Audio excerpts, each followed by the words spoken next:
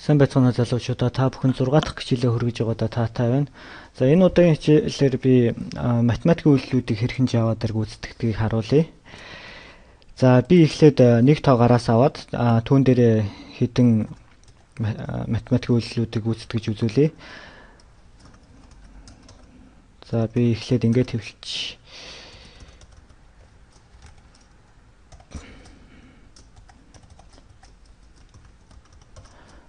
дурын тоогоо оруул гэж тэнцүү тавьчих. За дурын тоогоо оруулангууд бид нэр түүнийг нь сканердаж авах хэрэгтэй.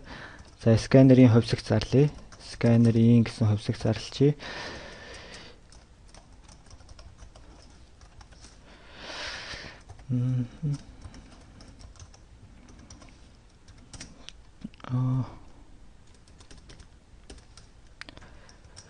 За одоо энэ сканертаж авсан тоогоо ямар нэгэн хувьсагчид бид нэр оноож өгөх хэрэгтэй. A гэсэн хувьсаг зарлчи. A-д за оноогоо төгчлөө. A-д бид нэр гараас авсан утгаа оноогоо төгчлөө.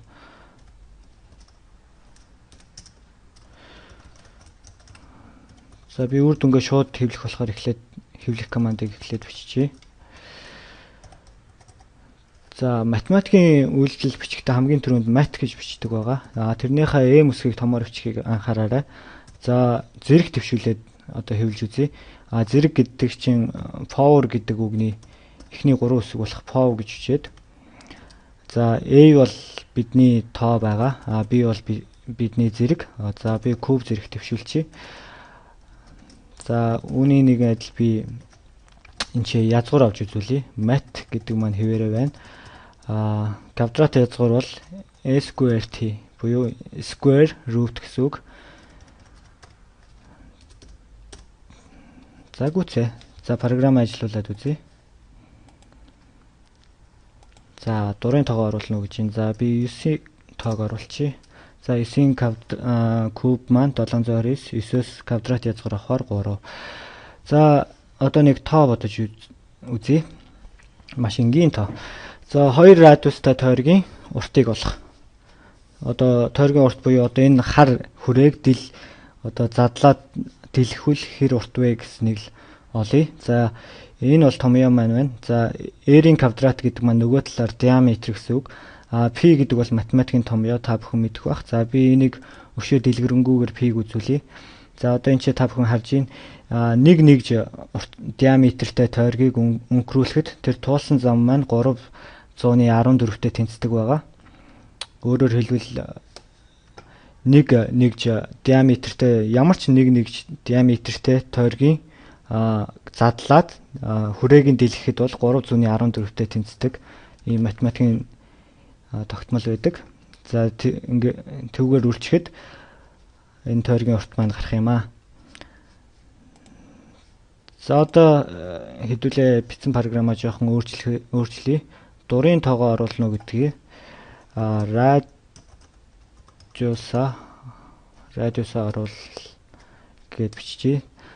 За радиусыг бид нар гараас авчлаа гэж бодоход за бид нар эхлээд энэ чи тоогоо бодох хэрэгтэй. Тоо бол үр дүн гэсэн хувьсаг зарлаад өгчье.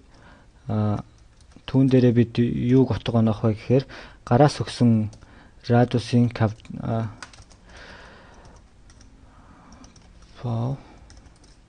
гараас өгсөн радиусын квадратыг үржих нь p-гээр үржих хэрэгтэй. За гүцээ. За үр дүнгээ хэвлэе.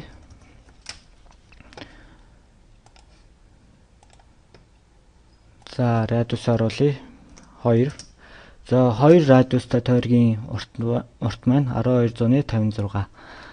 За математик Java-гийн mat class гэж байдаг. Mat гэсэн нэртэй класс байдаг.